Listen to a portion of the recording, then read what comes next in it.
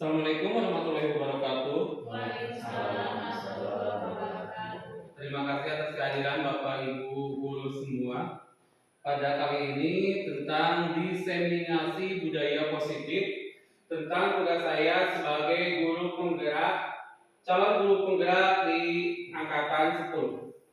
Diseminasi budaya positif.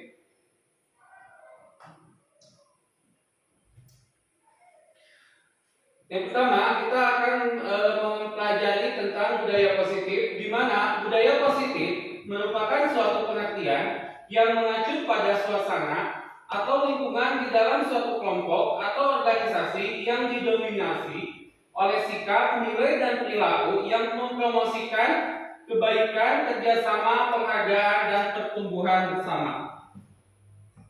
Karakter budaya positif. Beberapa karakteristik budaya positif meliputi: yang pertama, adanya keterbukaan dan komunikasi, di mana terbuka terhadap gagasan dan pendapat dari semua anggota kelompok serta mempromosikan komunikasi yang jujur dan terbuka. Yang kedua, kerjasama dan kolaborasi, mendorong kerjasama tim, kolaborasi antar individu dan mendukung kesuksesan bersama. Yang ketiga, adanya penghargaan dan pengakuan, di mana menghargai pencapaian, upaya, dan kontribusi individu serta tim dengan memberikan pengakuan yang tulus dan adil. Yang keempat, ini tentang kesetaraan dan keadilan, di mana membangun lingkungan yang adil dan merata, di mana setiap orang diperlakukan dengan hormat dan memiliki kesempatan yang sama. Yang kelima, kepercayaan dan dukungan, yaitu menciptakan atmosfer di mana kepercayaan antar individu dibangun serta saling memberi dukungan dan bantuan. Yang keenam, pengembangan pribadi dan profesional, di mana mendukung pertumbuhan pribadi dan profesional anggota kelompok dengan menyediakan kesempatan untuk belajar dan berkembang. Yang ketujuh, sikap positif dan optimisme, yaitu mempromosikan sikap positif, optimisme, dan ketabahan dalam menghadapi tantangan dan rintangan. Modul budaya positif, ada 7 modul budaya positif. Yang pertama, perubahan paradigma belajar. Yang kedua, budaya positif. Yang ketiga, motivasi perilaku manusia. Yang keempat, kebutuhan dasar. Yang kelima, posisi kontrol restitusi. Yang keenam, keyakinan kelas. Dan yang ketujuh, segitiga restitusi. Perubahan paradigma belajar. Perubahan paradigma belajar mengacu pada pergeseran fundamental dalam cara kita memahami, mendefinisikan, dan melaksanakan proses pembelajaran. Paradigma belajar mencakup keyakinan, nilai-nilai, dan pendekatan yang mendasari praktik pendidik dan pengajaran. Yang kedua, disiplin positif. Disiplin positif adalah pendekatan dalam mendisiplinkan anak yang berfokus pada membangun hubungan yang penuh kasih, mengajarkan keterampilan sosial dan kehidupan yang positif, serta mempromosikan pengembangan diri yang baik secara moral dan emosional. Berbeda dengan pendekatan tradisional yang seringkali mengandalkan hukuman atau penghargaan eksternal untuk mengontrol perilaku anak, disiplin positif lebih menekankan pada pembelajaran, pengajaran, dan dukungan. Motivasi perilaku manusia. Motivasi perilaku manusia merujuk pada faktor-faktor internal dan eksternal yang mendorong seseorang untuk bertindak atau berperilaku dalam cara tertentu. Motivasi ini dapat berasal dari berbagai macam dorongan dan kebutuhan, serta dapat mempengaruhi bagaimana seseorang memilih tindakan, bertahan dalam melakukan sesuatu, atau merespon lingkungan sekitarnya. Kebutuhan dasar manusia. Kebutuhan dasar manusia mengacu pada sekelompok kebutuhan yang dianggap esensial bagi kelangsungan hidup, pertumbuhan, dan perkembangan manusia. Konsep ini dikembangkan oleh psikolog Abraham Maslow dalam teori hierarki kebutuhan. Berikut adalah rangkumannya. 1. Kebutuhan fisiologis. Ini adalah kebutuhan dasar yang paling mendasar untuk kelangsungan seperti makan, minum, udara, tempat tinggal, istirahat, dan pemenuhan biologis lainnya. Yang kedua, kebutuhan keamanan. Setelah kebutuhan fisiologis terpenuhi, individu mencari rasa keamanan baik fisik maupun emosional, termasuk perlindungan dari bahaya, ancaman, dan ketidakpastian. Yang ketiga, kebutuhan sosial atau afiliasi. Setelah kebutuhan dasar dan keamanan terpenuhi, individual mencari afiliasi sosial, rasa dicintai, diterima, dan mengembangkan hubungan yang bermakna dengan orang lain. Yang keempat, kebutuhan penghargaan atau esteem. Ini mencakup kebutuhan akan harga diri dan penghargaan dari orang lain serta kebutuhan untuk merasa kompeten, dihargai, diakui, dan dihormati. 5. Kebutuhan aktualisasi diri. Pada level puncak hierarki, individu berusaha untuk mencapai potensi maksimal mereka, mengembangkan bakat, mencari pengetahuan, dan mencapai tujuan hidup yang lebih tinggi. Posisi kontrol restitusi. Yang pertama ada penghukum, pembuat dasar bersalah, teman, pemantau, dan manajer. Untuk seorang penghukum bisa menggunakan hukuman fisik maupun verbal. Orang-orang yang menjalankan posisi penghukum senantiasa mengatakan bahwa sekolah memerlukan sistem atau alat yang lebih menekankan murid-muridnya lebih mendalam lagi. Guru-guru yang mendapat posisi penghukum akan berkata, patuhi peraturan saya atau awas, kamu selalu saja salah. Pasti selalu yang terakhir, selesai.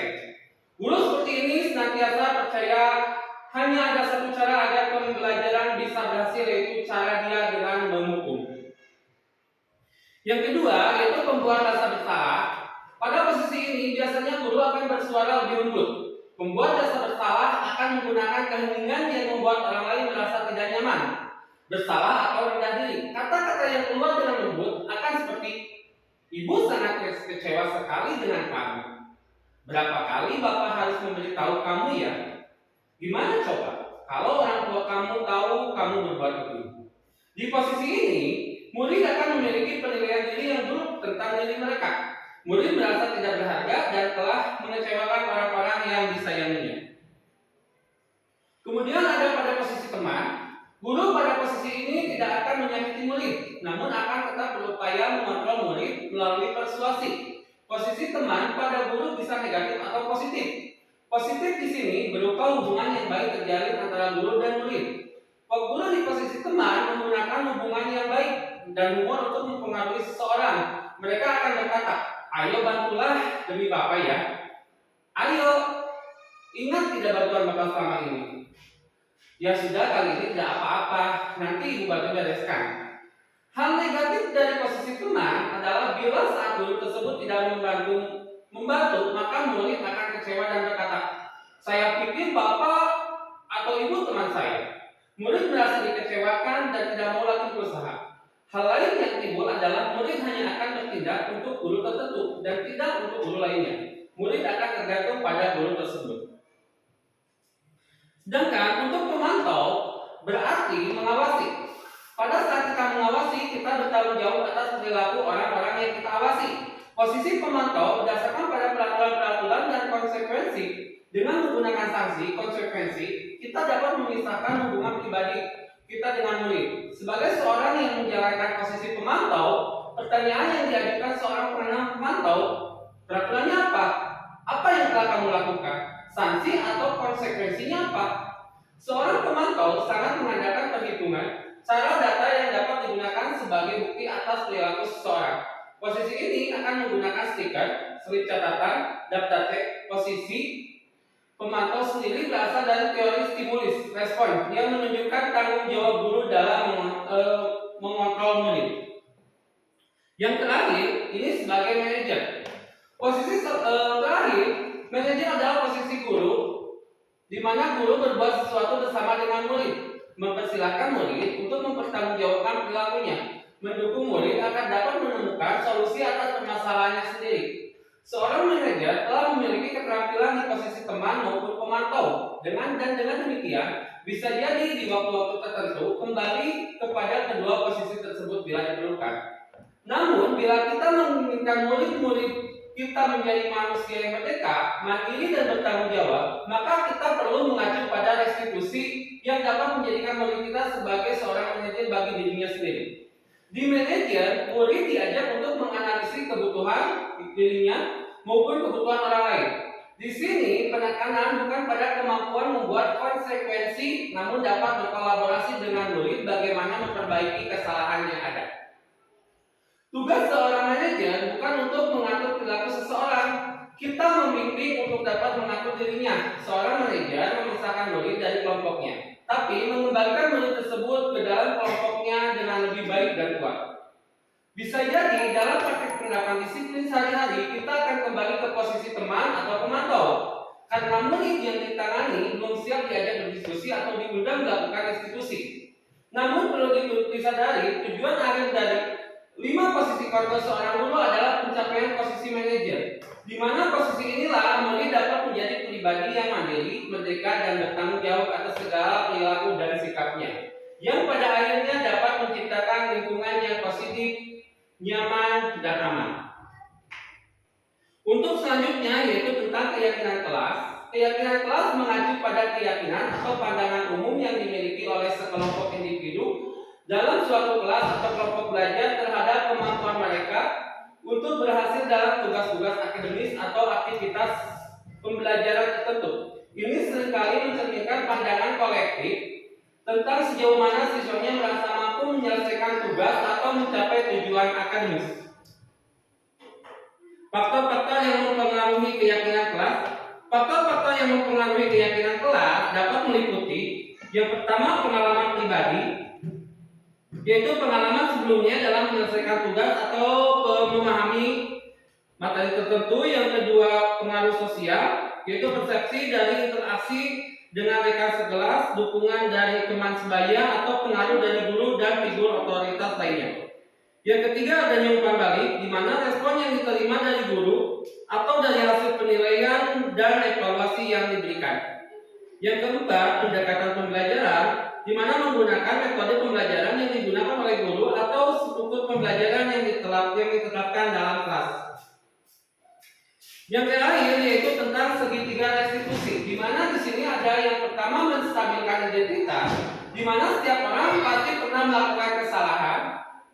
Kamu bukan satu-satunya yang pernah melakukan kesalahan. Kemudian yang ada yang kedua adalah validasi tindakan yang salah, yang dapat dilakukan dengan kamu tentunya punya alasan mengapa melakukan hal itu. Yang kedua adanya cara yang lebih efektif untuk mendapatkan apa yang telah kamu butuhkan.